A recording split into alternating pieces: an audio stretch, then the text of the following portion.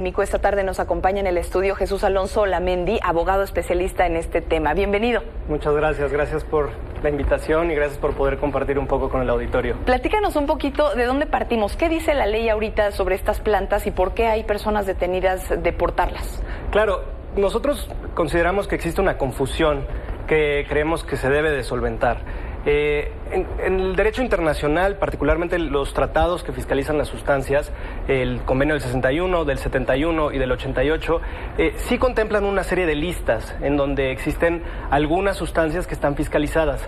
Pero también es importante mencionar que la Junta Internacional de Fiscalización de Estupefacientes, que es el órgano que se encarga de vigilar el cumplimiento de este tratado, ha mencionado ya en 2 ocasiones, en su informe de 2010 y 2012, que ninguna planta, salvo las 3 que están consideradas como fiscalizadas, que son la hoja de coca, la dormidera de opio y la marihuana, están fiscalizadas a nivel internacional. Ahora, a nivel nacional la historia no es muy distinta. La Ley General de Salud prácticamente es una réplica de estas listas de los convenios internacionales, pero bien, el Estado mexicano ha decidido integrar 2 plantas más, bueno, en este caso una planta y los hongos, que es el jicuri, que es el Lophophorus williamsi, y los hongos psilocibes en todas sus especies. Sin embargo, en el ordenamiento jurídico no existe ninguna mención ni a la Banisteriopsis capi ni a la Psychotria viridis, que son las 2 plantas a partir de las cuales se crea la ayahuasca, y ni tampoco hay una mención de la ayahuasca como tal, ni en la ley, ni por parte del Consejo General de Salubridad, ni por parte de la Secretaría de Salud. Entonces, nos llama mucho la atención que exista esta confusión por parte de las autoridades mexicanas y creemos que es importante esclarecerla. ¿Pero cuál es el cargo bajo el que están detenidos? Bueno, las 8 personas se encuentran actualmente en prisión preventiva oficiosa por la introducción de estupefacientes conforme al artículo 194, fracción segunda del Código Penal Federal. Que entonces al demostrar que no son estupefacientes debiera en consecuencia dictársele su liberación. Hoy se llevó a cabo la primera audiencia de este juicio, que también entendemos es el primero de esta naturaleza que se hace en México. Efectivamente, el día de hoy tuvimos la oportunidad, mis colegas estuvieron participando en la audiencia, la primera de los 8 que seguirán. Afortunadamente vimos a un juez, el juez José Rivas, muy sensible con el tema indígena. Nos parece también que de parte del gobierno federal existe una sensibilidad hacia el tema. Hay una larga historia en nuestro país de defensa de los derechos de los pueblos y comunidades indígenas y confiamos en que las autoridades van a respetar estos derechos y van a actuar conforme a los derechos humanos. Por lo que nos dices, hay buenas perspectivas de que Lauro Inostroza salga libre en los próximos días. Y con él, pues los demás detenidos, ¿no? Entre ellos los 4 indígenas. ¿Puedes contarnos un poco más de sus casos? Claro, bueno, tenemos 8 personas actualmente en prisión por el mismo delito, por introducción de estupefacientes, por ayahuasca. 4 indígenas, 2 peruanos, que es el caso de don José Campos y el caso de Lauro Inostroza.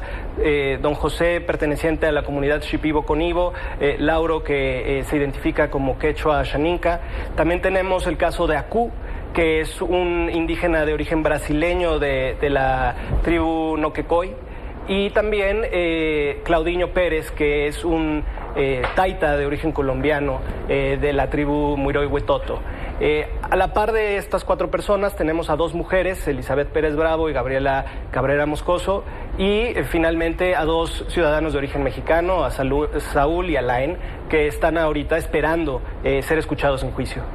¿Cuáles son los puntos que deberían de abarcar la regulación que viene o que ustedes estarían esperando después de una reunión como esta? Para entender en dónde va a estar el límite, porque también entendemos que hay gente que se asusta con cuáles pueden ser los efectos secundarios, por ejemplo. Por supuesto, y creo que afortunadamente la senadora Alejandra Lagunes, que es quien está liderando este esfuerzo en el Senado, ha sido muy sensible con el tema y también muy consciente de que son sustancias que sin duda los estudios demuestran que tienen efectos prometedores para la salud, particularmente para la salud mental, que sabemos que existe una crisis a nivel global en este tema, pero con mucha responsabilidad y también con mucho respeto, porque son sustancias que tienen una larga tradición y un largo uso para los pueblos y comunidades originarias, no solo de México, sino de toda América. Entonces, no se trata tampoco de simplemente habilitar el consumo para que cualquier persona pueda acceder a ellas, sino se trata de hacer una regulación responsable. Porque tanto el peyote como los hongos son pues de uso tradicional en México y también lo que está en discusión no es solo esta parte, sino el uso adulto de estas sustancias, ¿no? Como está ocurriendo por primera vez, entiendo, en uno de los estados de Estados Unidos, si no me equivoco, en Oregon. Así es, tuvimos la oportunidad de escuchar la experiencia de Oregon, cómo está apenas comenzando este proceso. Fue un periodo largo de implementación de la ley, todo 2022 prácticamente estuvieron esperando a que las personas solicitaran licencias, empezar con todo este proceso exclusivamente para el tema de psilocibina y muy enfocado también en los tratamientos. ¿Qué es la sustancia activa del hongo? De los hongos. Exacto, de los hongos. Okay. Es una de las tantas moléculas, porque también lo que nosotros argumentamos es que no podemos simplemente sintetizar la molécula, porque el hongo tiene una polifarmacología que es relevante para ayudar a estas enfermedades. Entonces nosotros también proponemos que se puedan hacer estudios con hongos, que casualmente en México 25% de las especies que se conocen de hongos son endémicas de nuestro país. Entonces tenemos un alto potencial para poder fomentar la ciencia, fomentar la investigación, y que actualmente por la misma prohibición que existe no se está realizando. Ahora hablamos ahorita de quizás la limitante un poco de la edad, o como decías, el ejemplo de Oregon, pero también está la parte demográfica. Igualmente el comentario de Héctor ahorita sobre el hecho de que es una tradición, pues entiendo que también hay una limitante para que lo usen, por ejemplo, los pueblos huicholes en el caso del peyote, y que ahorita hay una limitante hasta cierto punto. ¿Esto puede seguirse practicando? Porque entiendo que es difícil geográficamente decir, bueno, solamente ustedes lo pueden usar.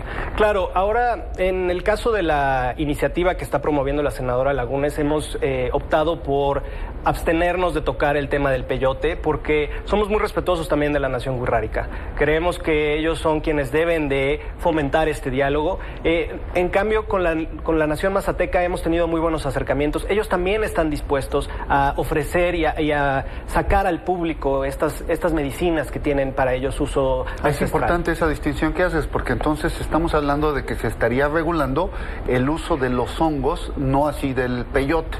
Digo, para simplificarlo y entender un poco mejor el conflicto. Y bueno, la parte del peyote vendría en una segunda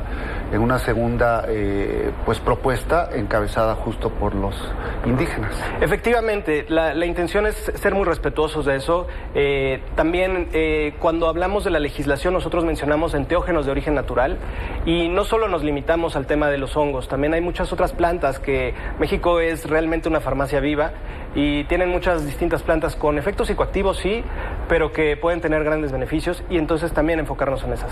Claro, pues bien para la medicina y también para pues los usos adultos, el libre, ¿cómo dice la Corte? El libre desarrollo de la personalidad. Exactamente. Pues te agradecemos muchísimo la entrevista, les deseamos suerte en los procesos penales, y con esto despedimos a Jesús Alonso Olamendi. Muchas gracias. Gracias por el espacio. Muchas gracias, abogado. Gracias. Hello.